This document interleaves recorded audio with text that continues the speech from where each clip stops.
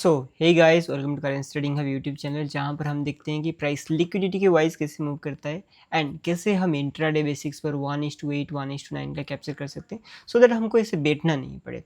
And इस video पे specifically हमें ये सीखेंगे कि प्राइस एक दिन जब ओपन होता है उसके बाद हम कैसे एनालिसिस करेंगे, कहाँ से एनालिसिस करेंगे, कैसे ट्रेड करेंगे एंड कैसे एक particular rule by rule follow करेंगे। ओके, तो मैं यूरो डॉलर चार्ट पे 18 अगस्त पे आ गया हूँ, सॉरी 8 अगस्त पे आ गया हूँ। नाउ अभी ये एक रिप्ले चार्ट है, इसका मतलब नहीं है कि ये ट्रेड नहीं लिया गया है। इसका ये मतलब है कि प्राइस किसी एक पर्टिकुलर बिहेवियरल रूल को फॉलो करता है मूव करने से पहले, ये हम फाइंड आउट करेंगे। ओके, तो पहले वीडियो चेकआउट कर लो, ये सेम रूल तुमको हर वक्त मिलेगा। Narrative figuring out, then liquidity figure out, then entry. तो पहले हम हमारा नैरेटिव बिल्ड करेंगे। ओके, तो नैरेटिव बिल्ड करने के लिए हमको क्या करना पड़ेगा? Market structure. अभी जिसको पता नहीं मार्केट स्ट्रक्चर क्या होता है, मार्केट दो काइंड ऑफ स्ट्रक्चर करता है, हाईज और लोज। ये होता है स्ट्रक्चर मार्केट का। ओके, तो जब भी ये स्ट्रक्चर का एक डायरेक्शन के पे ब्रेक हो जाता है, ये एक स्ट्रक्चर हो गया हाई, जब उसका ब्रेक हो जाता है उसको बोला जाता है ब्रेकअप स्ट्रक्चर।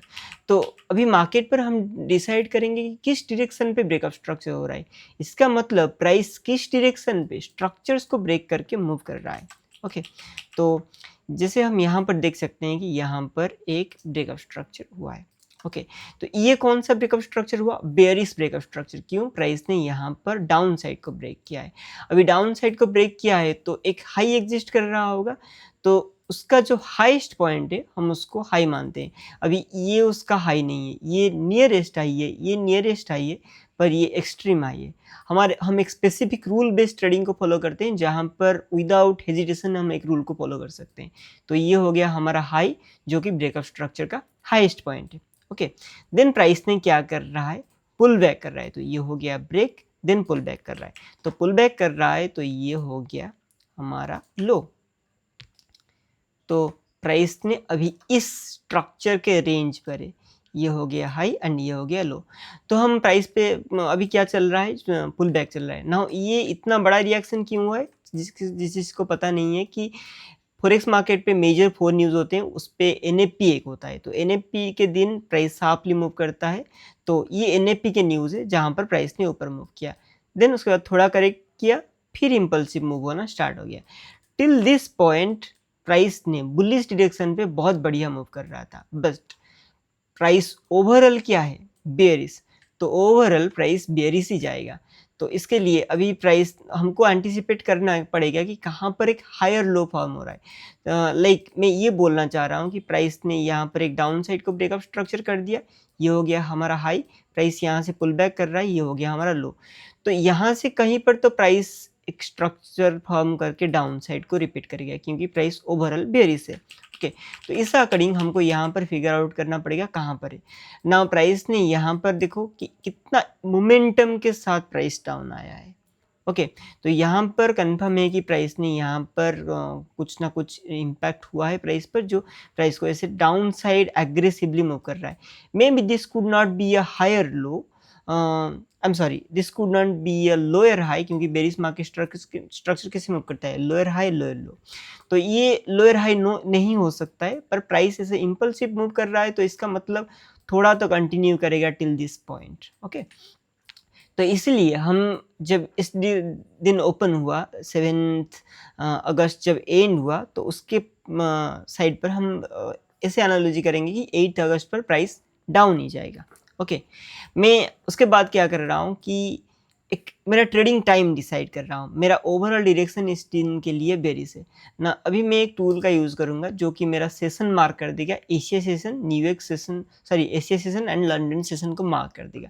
अभी ये क्यों? जनरली क्या होता है, एशिया सेशन हाई ब्रेक होता है तो लोग बाय करते हैं, एशिया सेशन लो ब्रेक होता है तो लोग सेल करते हैं। तो जो बाय करते हैं वहाँ पर उनका बाय ऑर्डर एक बाय स्टॉप ऑर्डर, देन ये सेल ऑर्डर सेल स्टॉप है, जो कि प्राइस पे रिफ्लेक्ट होता है। तो इसका मतलब क्या है? यहाँ पर एक इंस्टीट्यूशन दिखेगा तो उसको सेल कर सकता है, क्योंकि उसको चाहिए क्या? उसका वॉल्यूम फिल होना। ओके, वो जो बड़ा लॉट का बाय कर रहा है उसका बड़ा लॉट का सेल मिलना चाहिए। तो यहाँ पर क्या कर रहा है? वो ओवरऑल सेल कर रहा है, तो उसका मतलब उसको क्या चाहिए? एक बायर चाहिए। तो नेक्स्ट डे हम क्या ढूंढेंगे कि एक बायर प्राइस पर कहाँ पर है।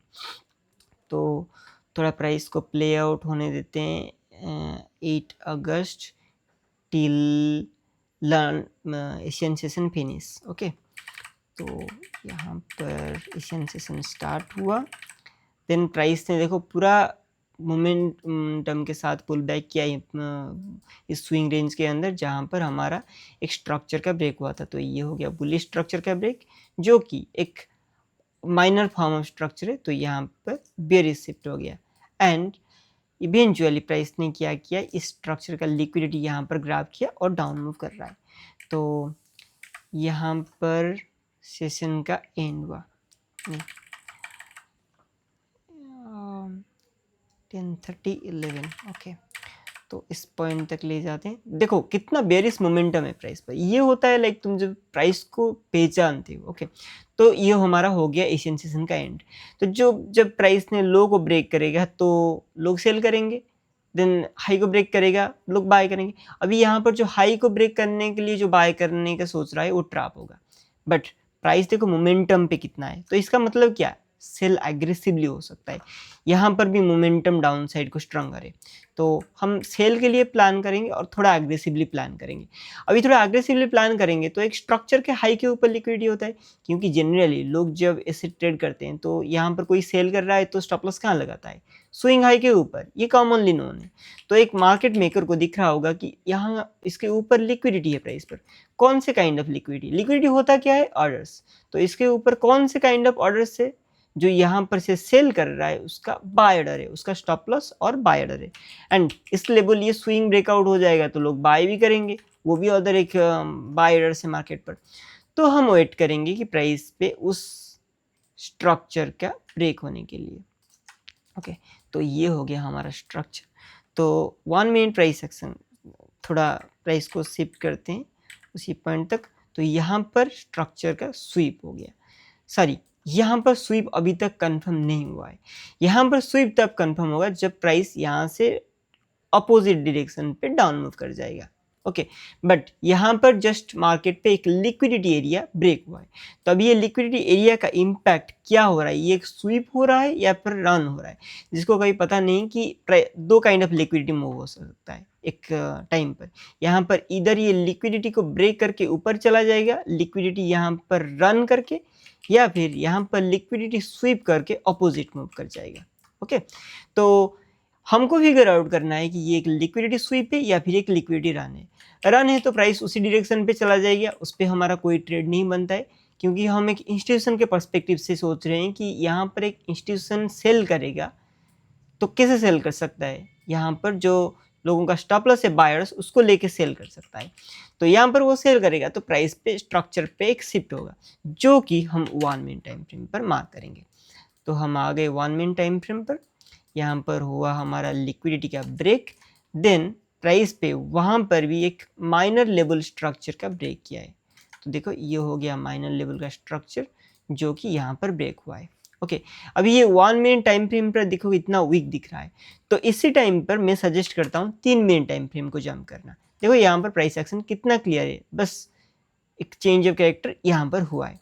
तो यहाँ पर हमारा सप्लाई जोन कौन सा बनता है, ये वाला लास्ट सप्लाई जोन होता क्या है generally, last up move before the down move, last sell before the buy, sorry last buy before the sell. तो वहाँ पर हम हमारा एंट्री ऑर्डर प्लेस करेंगे, स्टॉप लॉस लगाएंगे हाई के ऊपर, देन टारगेट करेंगे लो की तरह। ओके, जहाँ पर 1:9 यूआर आ रहा है। तो हमारा ये ट्रेड का नैरेटिव तो क्या हुआ, 15 मिनट टाइम फ्रेम पर एक बार चलते हैं दिखते हैं। तो 15 मिनट टाइम फ्रेम पर यहाँ पर प्राइस पर एक बेरिश मार्केट था, प्राइस ने पुल बैक किया एंड यहाँ पर से इम्पल्सिव डाउन मूव किया, यहाँ पर एक लिक्विडिटी स्वीप किया, फिर डाउन मूव किया। तो यहाँ पर हमको पता है लिक्विडिटी स्वीप होकर ऑलरेडी मूव कर रहा है, तो यहाँ पर एग्रेसिवली प्राइस डाउन मूव कर सकता है, तो इसलिए यहाँ पर हम सेल कर रहे हैं। हम 1 मिनट टाइम फ्रेम पर गए, वहाँ पर प्राइस एक्शन पे ज़्यादा वीक था, इसलिए 3 मिनट पर आ गए, क्योंकि हम क्लियरली ट्रेड कर सकते हैं। ओके, तो ऑर्डर लगाएंगे और बैठेंगे क्या होता है देखने के लिए ट्रेड पे। ओके, तो यहाँ पर हो गया हमारा एंट्री। तो हमारा टारगेट कहाँ से, एशिया लो तक। ओके, तो देखते हैं प्राइस वहाँ तक रीच होता है कि नहीं। बूम, बस प्राइस ऐसे इम्पल्सिवली डाउन आ गया, तो ये होता है लिक्विडिटी काइंड ऑफ मूव।